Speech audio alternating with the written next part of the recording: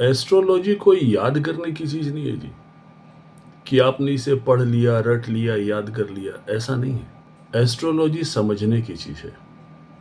आप इसे कितना बेहतर समझ पा रहे हैं, इस पे डिपेंड करता है कि एस्ट्रोलॉजी का ज्ञान आपको कैसा मिल पाएगा। नहीं, मेरा तो विचार ये है ना कि कम से कम हर परिवार में एक सदस्य तो ऐसा होना चाहिए, जिसे ज्योतिष की अच्छी जानकारी हो। कम से कम वो अपने बारे में, अपने परिवार के बारे में ये तो निकाल पाएगा कि उसे क्या करना चाहिए, कब करना चाहिए, कैसे करना चाहिए। तो हर परिवार में एक सदस्य को तो ज्योतिष की अच्छी जानकारी होनी चाहिए। और अगर इससे आगे मैं बढ़कर कहूँ तो मैं तो ये कहता हूँ कि हर व्यक्ति के अंदर एस्ट्रोलॉजी की एक बेसिक, एक स्टैंडर्ड जानकारी तो होनी ही चाहिए।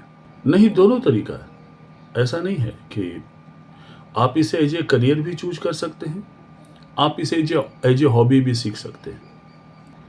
आप देखिएगा कि जीवन में मेन स्ट्रीम के अलावा भी मेन जो उनके स्टडी होते हैं या प्रोफेशन होता है, उसके अलावा भी कुछ लोग म्यूजिक सीखते हैं, कुछ लोग डांस सीखते हैं, कोई किसी अदर फील्ड में, कोई खेल में जाता है। सब अपने अपने इच्छा के हिसाब से, अपने अपने शौक के हिसाब से कोई ना कोई एक हॉबी चुन लेते हैं जिनमें उनको अच्छा लगता है, उनका इंटरेस्ट होता है।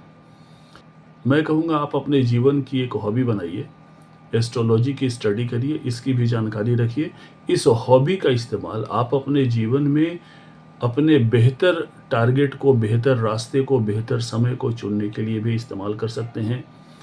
परिवार में किसके लिए या खुद के लिए भी करियर का क्या स्कोप होना चाहिए, कौन सा करियर चूज करना चाहिए, कब क्या करना चाहिए, कैसे करना चाहिए, उसकी रेमेडीज़ क्या होगी, तो ये सारी जानकारी तो होनी ही चाहिए।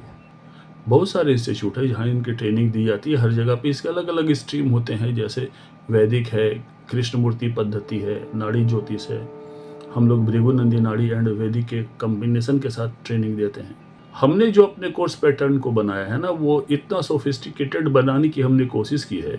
एक नॉर्मल सिंपल लेमैन जो है, एकदम जो नए सिरे से स्टार्ट करना चाहता है, वो तो इसे बेहतर तरीके से सीख ही सकता है।